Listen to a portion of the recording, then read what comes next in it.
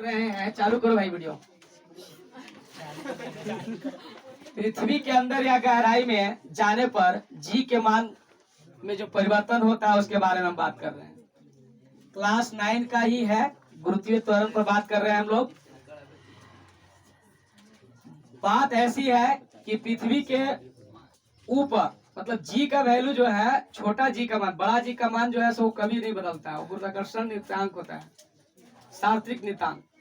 लेकिन छोटा जी का मान जो है ना, वो अलग अलग पिंडों के लिए, अलग अलग मतलब ब्रह्मांड में पिंडों के लिए बदलता रहता है।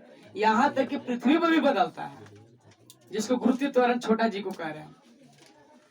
तो पृथ्वी पर भी बदलता है, तो कहाँ कहाँ क्या क्या होता है। अभी हम लोगों ने क्लास में देखा कि अगर ऊंचाई पर जा रहे हैं तो क्या होगा, जी का वैल्यू घट जाएगा। क्यों? क्योंकि जी बराबर जो होता है जीएम बटा में आर स्क्वायर होता है। आर में एच अगर ऊंचाई बढ़ गया तो आर का वैल्यू नीचे बढ़ाएंगे तो जी का वैल्यू क्या होगा, घट जाएगा।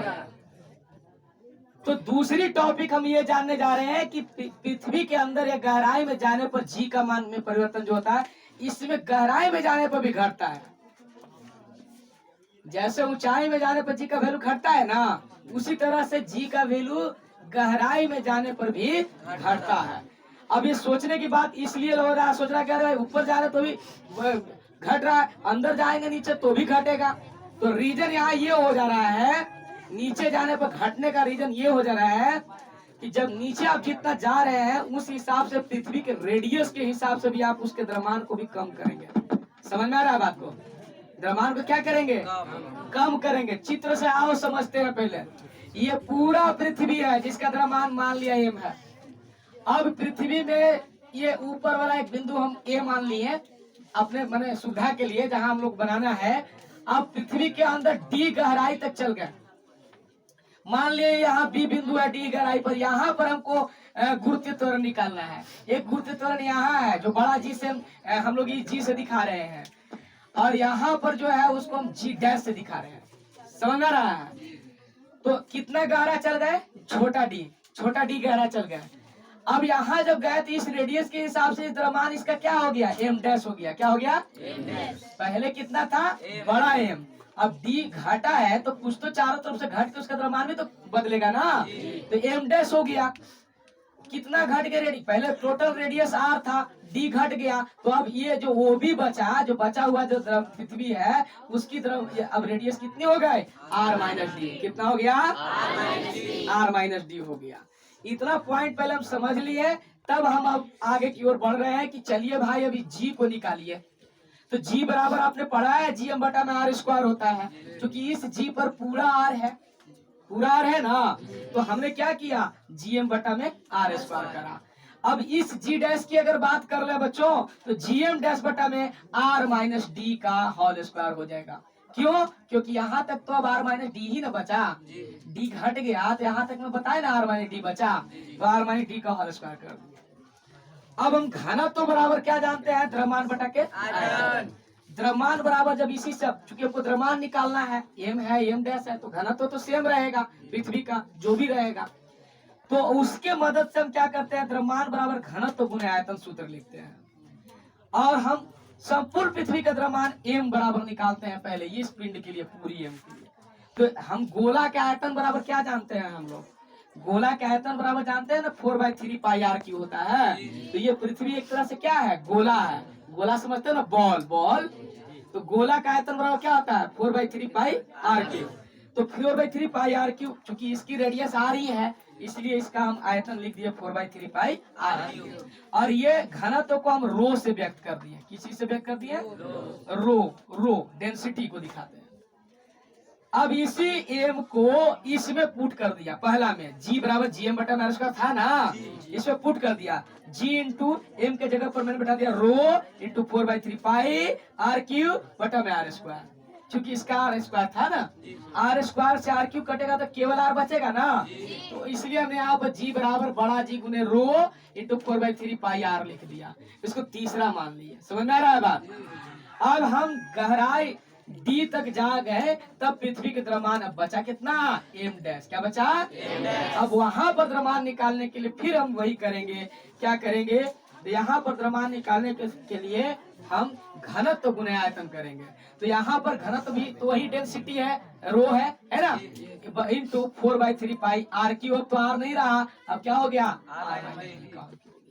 और नीचे फिर अगर जी डैश में ये वैल्यू पुट किया इस एम डैश को, तो जी इंटू एम डैश का वैल्यू पुट किया, नीचे आर माइनस डी। तो ये 3 है, ये 2 है, तो घट के एक पावर बच गया ना, जैसे इसका बचा था। तो ये हो गया जी डैश बराबर g rho into 4/3 pi into are minus d. इसको चौथा मान लिया। अब हमने क्या किया, मैंने जी बटा के जी डैश, जी का वैल्यू था आया था बड़ा जी गुने रो 4/3 पाई आर, और छोटा जी डैश का आया था बड़ा जी गुने rho 4/3 pi into are minus D. कट गया तो बचा क्या, आर बटा आर माइनस डी। अब इसको पलट दिया तो जी डैश बटा जी आर माइनस डी बटा के आर। अगर इनको अलग अलग करें तो R by R minus D by R लिख सकते हैं ना।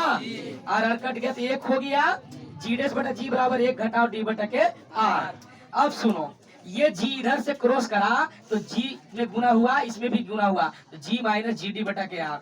अब सुनो, जी डैश का मान यहाँ से देखो, बड़ा जो जी है उसमें से कुछ घट रहा है ना, कुछ घट रहा है कि नहीं घट रहा है। तो जब किसी भी चीज में मान कुछ घट रहा है तो कुछ तो कम हुआ है, कुछ तो कम हुआ है। तो यही बात आ गया कि अर्थात जी डैश जो है वो बड़ा जी ये वाला जी से क्या है, छोटा है। समझ रहा है, यहाँ पर का जी डैश जो है इसको से क्या है, सामने आ गया ना, जी डी बटा के आर।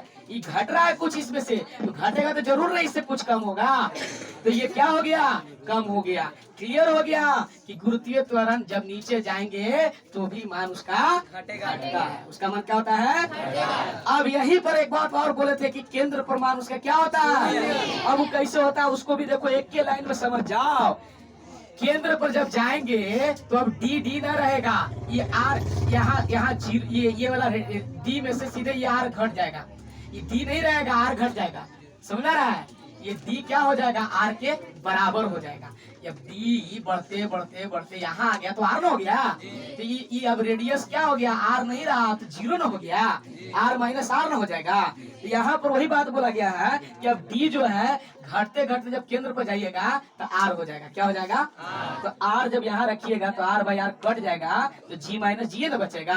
तो जी माइनस जी जब घटाओगे बाबू तो क्या हो जाएगा, शून्य हो जाएगा। तो क्लियर ना हो गया। यहाँ पर जो जी डबल डैश इसको मान लो अगर कि केंद्र पर की अगर हम माने तो केंद्र पर जो इसका गुरुत्व त्वरण कितना होगा, शून्य होगा। तो ये व्यंजक से हम लोग को जानकारी मिल गई बच्चों कि पृथ्वी के गहराई में भी जाएंगे तो जी का मान घटेगा, और केंद्र पर चल जाएंगे तो जी का मान और भी शून्य हो जाएगा। इस तरह से हम लोग को आउटपुट क्या मिला कि अगर अभी हम लोगों ने पिछले क्लास में पढ़ा कि ऊंचाई अग पर जाएंगे तो जी का वैल्यू घटेगा।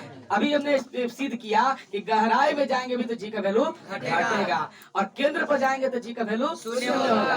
और इक्वेटर और पोल पर भी बात किए थे पिछले भी क्लास में कि अगर इक्वेटर में रेडियस थोड़ा बड़ा हो जा रहा है ना, तो आर का नीचे वैल्यू बढ़ रहा है, तो जीएम बटा में आर कुछ भी बढ़ा नीचे तो उसका वैल्यू क्या होगा, घट जाएगा। माने विषुवत पर निम्नतम होगा और ध्रुव पर क्या होगा, महत्तम होगा। तो सारा ये पॉइंट तुमको दिमाग में रखना है, जी का वैल्यू कहाँ कहाँ कैसे कैसे हो रहा है। एक बार वीडियो को रोक रोक करके नोट्स भी बना सकते हो और इसको एक बार ध्यान से देख भी सकते हो। बहुत इंपॉर्टेंट ये क्लास है तुम लोगों के लिए।